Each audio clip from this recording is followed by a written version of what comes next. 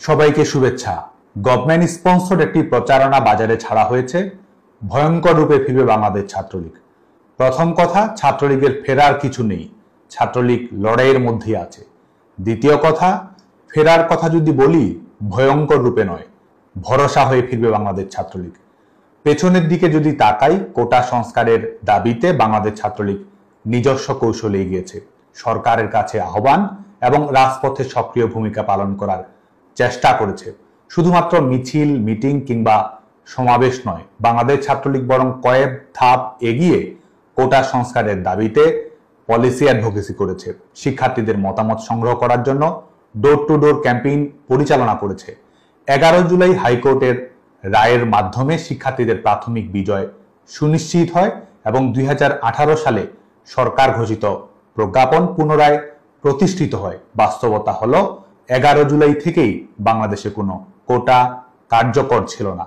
কুচক্রীরা যদি তাদের প্রতারণা এবং হত্যা সন্ত্রাসে সফল না হতো, তাহলে হয়তো একটি অনাকাঙ্ক্ষিত ঘটনা না ঘটেই বাংলাদেশে এই আন্দোলনের একটি ইতিবাচক পরিণতি সম্ভব হতে পারে। আমাদের সমস্যার সমাধানের স্পিডের তুলনায় তাদের ষড়যন্ত্রের গতিবেগ ছিল অনেক বেশি, যার কারণে ছাত্রলীগ সাধারণ শিক্ষার্থীদের দাবি, সংগঠন, সরকার, বিচার বিভাগ এবং শিক্ষা প্রতিষ্ঠানের স্থিতিশীলতার মধ্যে ভারসাম্য বজায় রেখে চূড়ান্ত সমাধান বের করে আনার যে কৌশল গ্রহণ করেছিল, 15 জুলাই উস্কানিমূলক হামলার সূচনা করে পরিস্থিতি তৈরি করে তার দায়ভার ছাত্রলীগের উপর চাপিয়ে দিয়ে নিজস্ব এজেন্ডা বাস্তবায়নে এগিয়ে গিয়েছিল ষড়যন্ত্রকারীরা।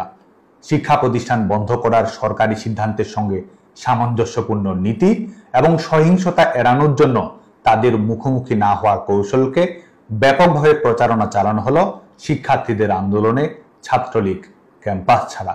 মধ্যযুগীয় কায়দায় বাংলাদেশ ছাত্রলীগের নারী কর্মীদের উপর বর্বরোচিত নির্যাতন চালানো হলো, অথচ প্রচারণা চালানো হলো আক্রমণকারী হিসেবে আক্রান্ত ছাত্রলীগকেই। আজকে অনেকেই অনেক কিছু বলছে, অনেক কিছু করছে। শুধু এটুকু মনে করিয়ে দিতে চাই, যারা আজকে ছাত্রলীগ নিষিদ্ধ বলে বলে মুখে ফেনা তুলছে, তারাই এক সময় ছাত্রলীগের নেতাকর্মীদের সাথে সেলফি তোলার জন্য লাইনে দাঁড়িয়ে থাকতো। উড়ে এসে জুড়ে বসে যারা আজকে ক্ষমতার দাপট দেখাচ্ছে, ছাত্রলীগের কর্মী সমর্থকদের ক্লাস পরীক্ষায় অংশগ্রহণ করতে দিচ্ছে না, তারাই বিগত সময়ে নির্বিঘ্নে একাডেমিক জীবন সমাপ্ত করেছে, ক্যাম্পাসে অ্যাক্টিভিজম করেছে। নিজের স্বীকারোক্তিতেই যারা আগে 4000 টাকায় মাস চলতো, তারাই আজকে 4 কোটি টাকার গাড়ি হাঁকাচ্ছে। আমি দৃঢ়তার সাথে বলতে চাই, ছাত্রলীগই ইতিহাসের প্রাণ ভোমরা।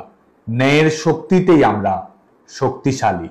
দখলদার ফ্যাসিস্ট অপশক্তি আমাদের তথাকথিত নিষিদ্ধ করতে পারে, কিন্তু স্কুল কলেজের ছোট ছোট ছেলেমেয়েরা সবাই একসাথে যে গায় জাতীয় সঙ্গীত, তা আমাদেরই রক্তের ফসল।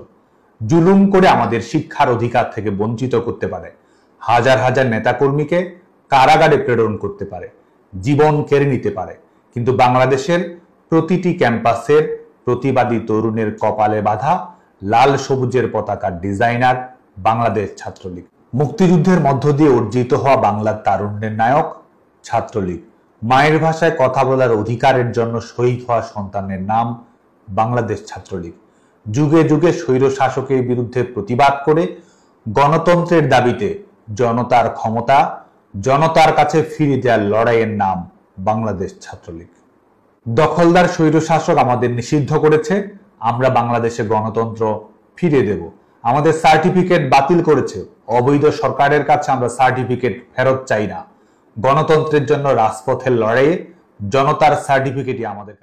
ভয়ঙ্কর রূপে নয়, ভরসা হয়েই ফিরবে ছাত্রলীগ, এমনটাই বলেছেন বাংলাদেশ ছাত্রলীগের সভাপতি সাদ্দাম হোসেন। আমাদের উপর দমন পীড়ন জুলুম চালিয়েছে, আমরা ন্যায় বিচার নিশ্চিত করব। শিক্ষার্থীরা আমাদের বন্ধু, পক্ষ, প্রতিপক্ষ নয়।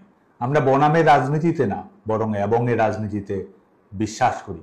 ভবিষ্যতেও সকল সাধারণ শিক্ষার্থীর মানসম্মত একাডেমিক জীবন, দক্ষ মানব সম্পদে পরিণত হওয়া এবং সবার উন্নত ক্যারিয়ার নিশ্চিত করার জন্য বাংলাদেশ ছাত্রলীগ কাজ করে যাবে। আমি নিশ্চিত করে বলতে চাই, ভয়ঙ্কর রূপে নয়, ভরসা হয়েই ফিরবে বাংলাদেশ ছাত্রলীগ। ভয়ের রাজনীতি নয়, জয়ের রাজনীতি আমাদের ভবিষ্যৎ। ক্ষমতার তোষামোদী নয়, গণতন্ত্র এবং ন্যায় বিচারের জন্যই আমাদের লড়াই। আপনারা সবাই ভালো থাকবেন, সুস্থ থাকবেন, নিরাপদে থাকবেন। জয় বাংলা, জয় বাংলা।